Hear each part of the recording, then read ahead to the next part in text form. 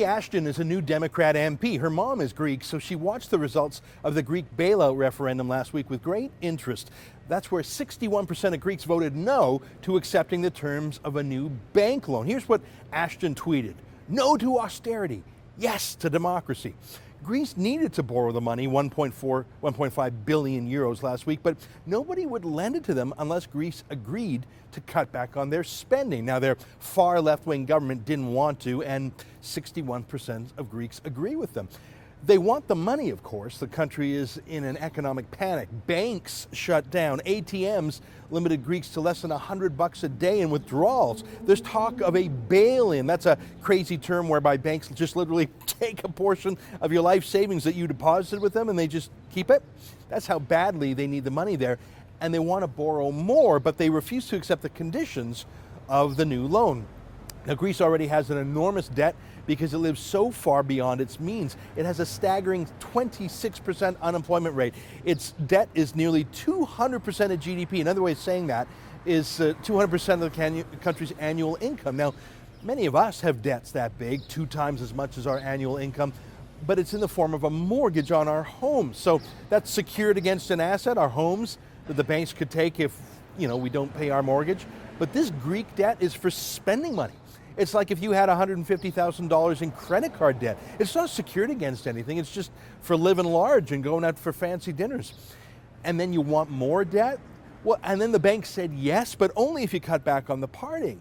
Well, back to Niki Ashton's tweet. I saw a lot of socialists around the world tweeting the same thing. No to austerity, yes to democracy. Now, the yes to democracy, it's not a cliche when it comes to the European Union. Without their own currency, Greece is less than fully sovereign. With the European Union bureaucracy and especially EU bankers, Greece is not in control of their own economic and political life. That's a socialist dream, though, a global or at least continental government. It's no surprise that a small, poorer country like Greece doesn't do well in a massive super government like Europe that's dominated by countries like Germany and France. So I get the yes to democracy part, but the no to austerity part is interesting because austerity simply means spending less, and that's the problem. If you resist foreign bankers telling you how to run your own country, you will not still get the EU's loans to live beyond your means.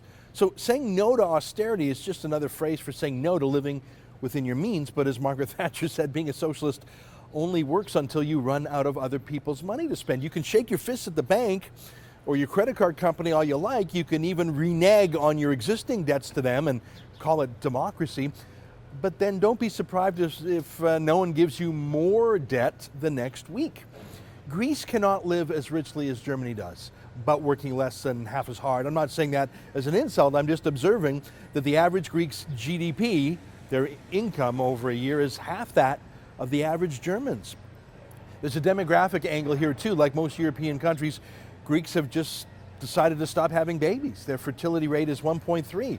You need to have 2 kids per family just for your country to stay even. Greece has decided to depopulate itself. They've collectively decided just to shut down.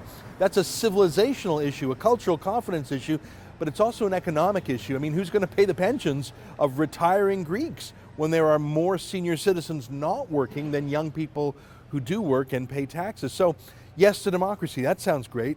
No to austerity, that's pretty much what they've been saying for 25 years, but it only works when someone else is paying the bills.